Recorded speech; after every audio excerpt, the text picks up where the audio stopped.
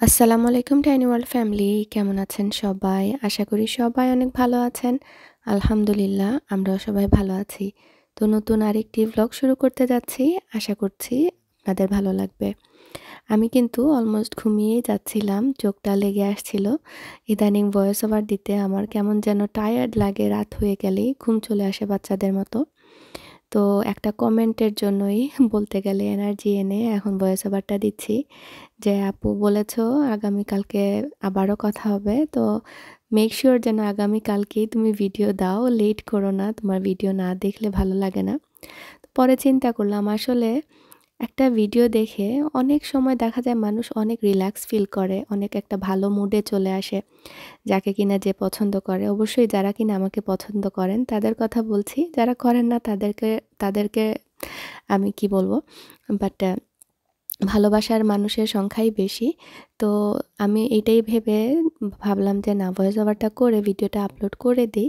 কারণ আমার এই ভিডিও দেখে মোটামুটি তো ৩০-৪০ হাজার ভিউ চলেই আসে অনায়াসে আলহামদুলিল্লাহ একদিনে। তো এতজন মানুষের এন্টারটেইনমেন্ট হয় বা মানসিক একটা রিল্যাক্স ফিল করেন আপনারা, তো কেনই বা আমি বঞ্চিত করব? সেটা ভেবেই এনার্জিটা চলে এসেছে আরকি। তো আপনারা দেখতে পেরেছেন ভিডিওর শুরুতে আমি নতুন প্লেট আনবক্সিং করেছি। অ্যামাজন থেকে অর্ডার করেছিলাম। ইদানিং যেটা বললাম, খাবারে আমার এত অনীহা এসেছে, জোর করে বলতে গেলে খাওয়া-দাওয়া করি। তো কালকে আমি পরোটা দিয়ে ডিম ভাজি খেয়ে মাশাআল্লাহ অনেক মজা পেয়েছি।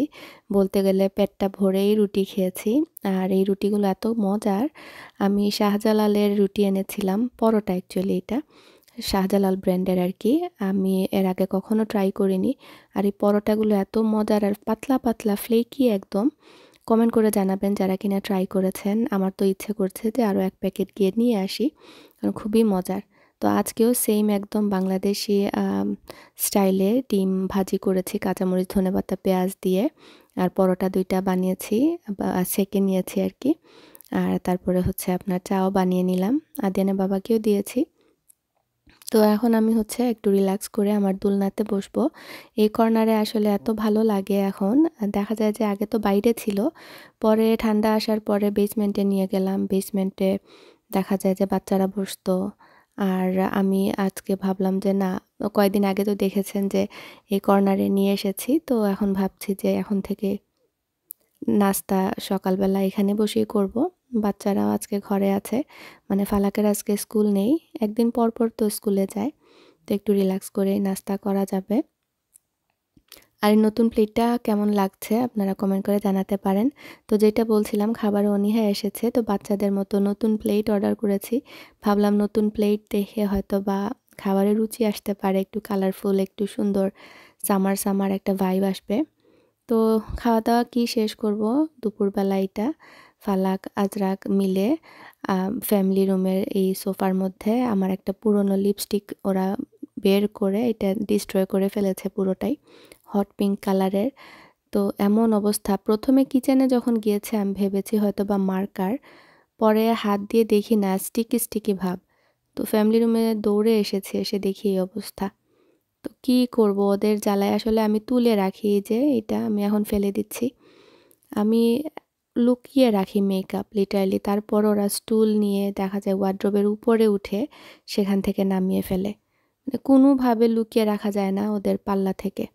বা পার্সের মধ্যে যদি কখনো থাকে দেখা যায় পার্স খুঁজে বের করে ওইটার ভেতর থেকে লিপস্টিক নিয়ে আসে। কিচ্ছু করার নেই আসলে, এই বয়সটাই ওদের এখন এরকম। আর ২ জন তো, এজন্য একজনের সাথে আরেকজন চলা পরামর্শ করে দুষ্টামি করতে পারে। আর আজকে হচ্ছে ঝটপট একটা ভর্তা বানাচ্ছি।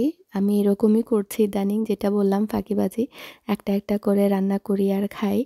তো এখানে আমি স্যামন ফিশটা ভিজিয়ে নিয়েছিলাম। বড়, বড় ২ টা পিস ছিল ফ্রোজেন। ভালোই ছিল। তো ওইগুলো দিয়ে ভাবলাম একটু ভর্তা করব। স্যামন ফিশ দিয়ে ভর্তা কে, কে খেয়েছেন কমেন্ট করে জানাবেন। আর এদিকে ভাবলাম ভাতটা বসিয়ে দিই আগেভাগে। ভাত বসাতে যেয়ে দেখি চাল শেষ হয়ে গিয়েছে। আমি এখন রয়্যাল বাসমতির এই বাসমতি চালটা আমরা রেগুলার খাই আরকি। দেখা যায় কয়েকদিন গেলে বাসমতি চাল খেতে, খেতে বিরক্তি চলে আসলে দেখা যায় রেগুলার ভাতটা খাই। দেন আবার বাসমতিতে ব্যাক করি। ডিপেন্ড করে আসলে, ভাতটাও চেঞ্জ করলে অনেক সময় দেখা যায় রুচির পরিবর্তন আসে। আবার জেসমিন রাইসও খাই। জেসমিন রাইসটাও অনেক ভালো লাগে, বাট রান্নাটা করাটা খুবই ট্রিকি। মানে পানি যদি একটু এদিক সেদিক হয়ে যায়, দেখা যায় যে নরম হয়ে যায়, একদম কেমন মাখা মাখা হয়ে যায়। আর আরেকটা ট্রিক্স আমি বলে দিই আজকে, এটা অবশ্য আমি আমার জায়ের কাছ থেকে শিখেছিলাম। যে রেগুলার ভাতের চালের সাথে, আমরা তো স্যামস ক্লাব থেকে নিয়ে আসি রেগুলার যে চাল পাওয়া যায় এক্সট্রা লং রেঞ্জ, সেটার সাথে হচ্ছে আপনি জেসমিন চাল ১ মুঠ দিয়ে দিলে দেখা যায় ভাতটা এত সুন্দর ঘ্রাণ করে, আর ওইরকম স্টিকিও হয় না, জাস্ট রেগুলার ভাত আর কি। মনে করেন ২ কাপ রাইস দিয়েছেন আর ১ মুঠ জেসমিন রাইস দিয়ে দিয়েছেন সাথে, ব্যাস আপনার ভাতটা এত সুঘ্রাণ হবে আর খেতে ভালো লাগে। একটু ডিফারেন্ট ডিফারেন্ট লাগে আর কি, ট্রাই করে দেখতে পারেন। ছোট একটা ব্যাগ জেসমিনের নিয়ে আসলেন আর রেগুলার চালের সাথে মিশিয়ে দিলেন আর কি, বড় 50 পাউন্ডের একটা ব্যাগের সাথে। তো এই তো আমি এখানে স্যামন ফিশটা ভেজে নিয়েছি হলুদ, মরিচ, লবণ দিয়ে। তারপরে আলাদা করে এখানে পেঁয়াজ, তারপরে শুকনা মরিচকেও আমি একটু ভেজে নিয়েছিলাম। এগুলোর সাথে আমি একটু চটকে নিচ্ছি ধনেপাতা, কাঁচামরিচ আর শুকনা মরিচ তো তেলে ভেজেছি। আমি কয়েকটা পেঁয়াজও কিন্তু, মানে কয়েকটা বলতে কি, মানে অর্ধেকের মতো পেঁয়াজ আমি হালকা করে সেম তেলের মধ্যে ভেজে তুলেছি, যাতে করে একটু মজা লাগে আর কি। কাঁচা পেঁয়াজ তারপরে হচ্ছে ভাজা পেঁয়াজ, ২ টার একসাথে যাতে মিক্স হয়ে যায়। আর স্যামন ফিশের টেক্সচার কিন্তু অনেক সুন্দর, মানে শক্ত শক্ত থাকে। রুই মাছ বা রেগুলার যে আমরা দেশি মাছ খাই এগুলার মতো না, স্যামনের টেক্সচারটাই ভিন্ন। ট্রাই করে দেখতে পারেন যারা কিনা স্যামন ফিশ পছন্দ করেন। দেশেও কিন্তু স্যামন ফিশ পাওয়া যায়, তো অ্যাভেলেবল থাকলে আপনারা এটা ট্রাই করে দেখতে পারেন। তো এখানে আমি হচ্ছে সবার শেষে বেশি করে সরিষার তেল দিয়ে দিলাম, কারণ আমরা জানি যে কোনো ভর্তা মাখাতে গেলে সরিষার তেল তো অবশ্যই লাগে। আর সাথে লাগবে অবশ্যই এক টুকরা লেবু। লেবু ছাড়া আমার কাছে মনে হয় যে মাছের ভর্তা ভালোই লাগে না। আর ইদানিং যেটা বললাম, খাবারে আমি দেখা যায় বেশি করে লেবু চিপে তারপরে ভাত খাই। তারপরে দেখা যায় যে আমি গিলতে পারি, নয়তোবা কেমন যেন ভাত গিলাটা খুব টাফ হয়ে যায়, পানি দিয়ে গিলতে হয়। তো এদিকে ভাতটা খেতে বসেছি আর ওয়ালমার্টে schedule করে রেখেছিলাম ডেলিভারির জন্য। আমি তো বাজার সদাই এখন বাসায়ই ডেলিভারি করি। খুব কম যাওয়া পড়ে, হাতে গোনা কয়েকবার হয়তোবা গ্রোসারি শপে যাওয়া হয়, নয়তোবা বেশিরভাগই আমি বাসায় ডেলিভারি করিয়ে নেই। এতে করে সময়ও বাঁচে আর টায়ার্ডও লাগে না। কারণ বাজারে যাওয়া হচ্ছে এক্সট্রা কাজ, প্লাস বাচ্চাদেরকে নিয়ে যাওয়া টাফ হয়ে যায়। তো এই তো এখন কি করব, হাত ধুয়ে এসেছি আর বাচ্চাদেরকে বললাম আমাকে হেল্প করার জন্য। Eu Amazon ou Guano Azrak? You, mommy. Okay, thank you. يلا আস্তে রে বাবা।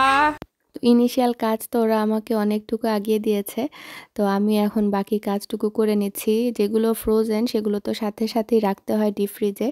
যে পরিমাণে গরম পড়েছে, আইসক্রিমগুলো বা ফ্রোজেন খাবার দাবার এগুলো জায়গায় না রাখলে না হয়। আর আমার ব্রেড বক্সে ব্রেডটাও রেখে দিচ্ছি।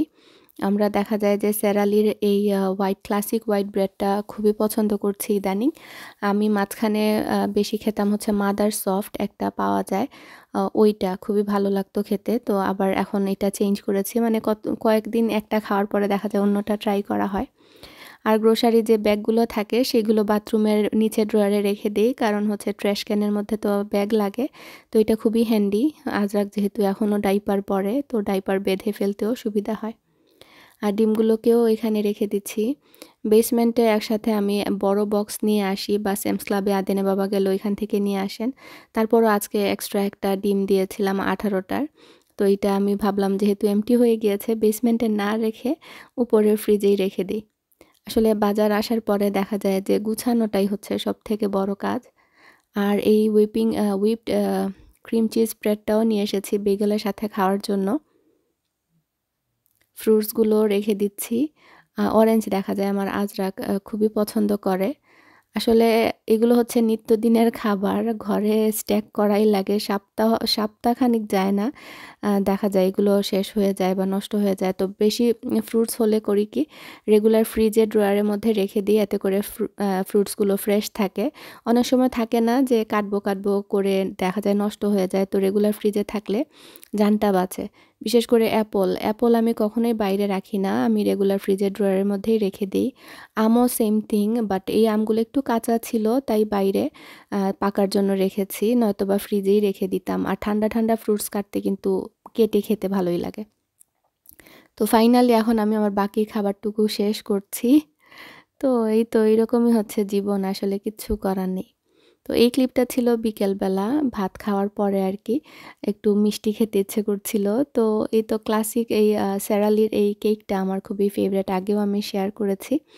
আপনাদের সাথে খাবার দাবার শেয়ার করার একটাই কারণ যখনই আমি যে কোনো কিছু দেখাই, যে কমেন্ট পাই যে আপু তোমার এই খাবারটা দেখে আমরা এনে ট্রাই করেছি, মজা লেগেছে বা ভালো লেগেছে, বা আমরা অপেক্ষা করি তুমি কখন নতুন কোনো খাবার ট্রাই করবে আর আমরা গ্রোসারি শপে গেলে ওইগুলো নিয়ে আসি।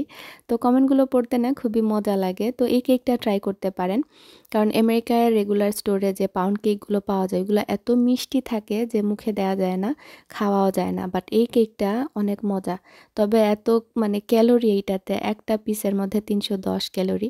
তো আমি ছোট একটা পিস চা দিয়ে খাবো।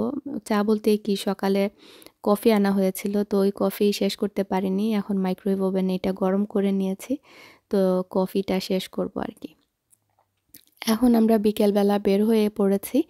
ঘড়িতে বাজে কয়টা এখন দেখতে পাচ্ছেন আপনারা। তো ইদানিং দেখা যায় যে আদিয়ানা বাবার কাজ শেষ করে আমি বলি যে চলেন আমরা একটু ঘুরে আসি পার্কে।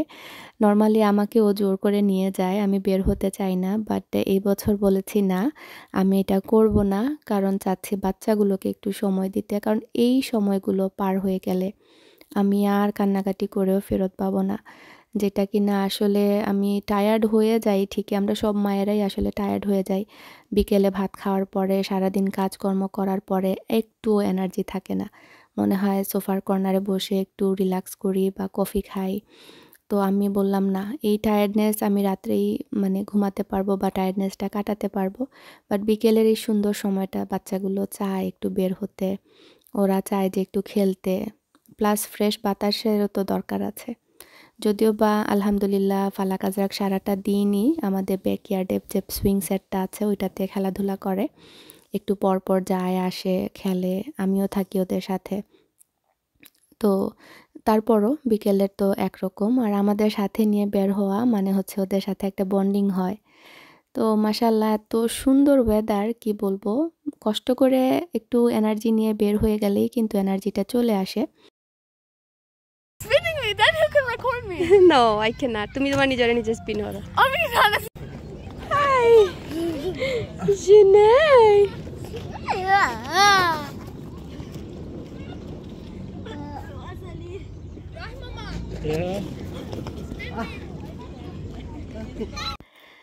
এই বাচ্চাগুলোরে স্পিন করতে করতে আমার অবস্থা কাহিল। আদিয়ানকে স্পিন করতে করতে বলে আরও আম্মি যান স্পিন করো, তারপর আমাকে রেকর্ড করাম। বললাম আমি আর পারবো না, তুমি বেশি হেভি, তোমাকে স্পিন করতে গেলে আমার সব এনার্জি শেষ হয়ে যায়। তো যাই হোক, এখন আমরা এসেছি এখানে ছোট্ট একটা লাইব্রেরির মতো। এখানে হচ্ছে আপনি বই পড়ে তারপরে আবার রেখে যাবেন, বা আপনার বাসায় যদি পুরনো বই থাকে এখানে মানে রাখবেন আর কি, তারপর আরেকটা বই নেবেন, এরকম আর কি। তো সবাই এরকম করে, খুবই ভালো কনসেপ্ট। আমাদের নেইবারহুডেও দেখেছেন আপনারা, প্লাস সব পার্কে এরকম থাকে, বাচ্চারা বড়রা যে কোনো ধরনের বই এখানে রাখা যায়। জাস্ট বই পড়ার যাদের শখ একটা এক্সচেঞ্জ করলো আর কি। আর এই তো আমি একটু সুইংয়ে বসলাম, ভালোই লাগছিল বাচ্চাদের সাথে সুইংয়ে বসে, আমারও মজা লাগে। এই একটা জিনিস আমি খুব এনজয় করি, সুইংয়ে বসাটা। আসলে যতই বড় হই না কেন মনটা কিন্তু এখনও সেই বাচ্চার মতো, যদিও বা সংসারের চাপে সব কিছু মিলিয়ে কেমন যেন লাইফটা অন্যরকম হয়ে গিয়েছে। মাঝে মাঝে আয়নার দিকে তাকিয়ে চিন্তা করি যে এই আমিও তো একদিন বাচ্চা ছিলাম, এই ফালাক আজরাকের মতো ছোট ছিলাম, খেলতাম, হাসি খুশি ছিলাম, বাট এখন আমিও মা হয়ে গিয়েছি, কত দায়িত্ব আমার উপরে, আমি সব কিছুই করতে হয়। তো যাই হোক, আলহামদুলিল্লাহ ফর এভরিথিং। সব বয়সেরই একটা সৌন্দর্য থাকে, সব কিছুই মেনে নিতে হয়। আল্লাহ তাআলা সব কিছু ইজি বানিয়ে দেন আসলেই। তো এখন হচ্ছে রাত্রেবেলা বাসায় চলে এসেছি, ওদেরকে ডিনার করাচ্ছি।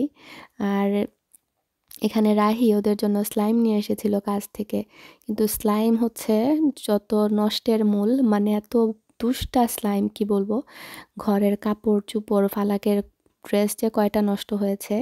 আমিও খেলতে খেলতে, যদিও বা বলছি দুষ্টা, বাট আমার নিজেরও আরাম লাগে, আমি হাত দিয়ে ধরছিলাম, পরে দেখি আমার হিজাব একটা পুরো শেষ, এটা থেকে উঠে না। স্লাইম যেখানে লাগে সেখানে কিন্তু লাগলে আর উঠানো যায় না। যদিও বা টিকটকে দেখেছি যে হ্যান্ড স্যানিটাইজার দিয়ে ঘষলে বা অ্যালকোহল দিয়ে ঘষলে উঠে যায়, কিন্তু খুব কষ্ট করতে হয়, অনেক টাফ। ধুয়ে তারপরে সাথে সাথে আবার ওয়াশিং মেশিনে দিতে হয়, অনেক ঝামেলা। তো আমি বলবো যে যতদূর সম্ভব স্লাইমটাকে আলাদা করে একটা ট্রের মধ্যে দিয়ে যদি প্যারেন্টসরা পাশে থেকে দিতে চান তাহলে দিবেন, নয়তো বা দিবেন না। এই যে দেখুন আমার হিজাব শেষ, আমার সোফা শেষ হয়েছে, তারপরে কার্পেট নষ্ট হয়েছে, বেসমেন্টের কার্পেট নষ্ট হয়েছে, ফালাকের বেডরুমের কার্পেট নষ্ট হয়েছে এই একটা স্লাইম দিয়ে। তো রাহিকে বকছিলাম যে এক স্লাইমের জন্য দেখো কত ক্ষতি হলো। আমি কিন্তু ওদেরকে খুব কম মানে স্লাইম কিনে দেই। তো কিছু করার নেই, আসলে ও আদর করে নিয়ে এসেছে। আর ফালাকও বারবার বলছিল যে মামা মামা আমার জন্য স্লাইম নিয়ে এসো। তো বললাম যাক, এবারই মামার দেয়া স্লাইমই তোমাদের লাস্ট স্লাইম, আর তোমাদেরকে স্লাইম দেয়া হবে না। তো আজকের মতো এতটুকুই। আসসালামু আলাইকুম।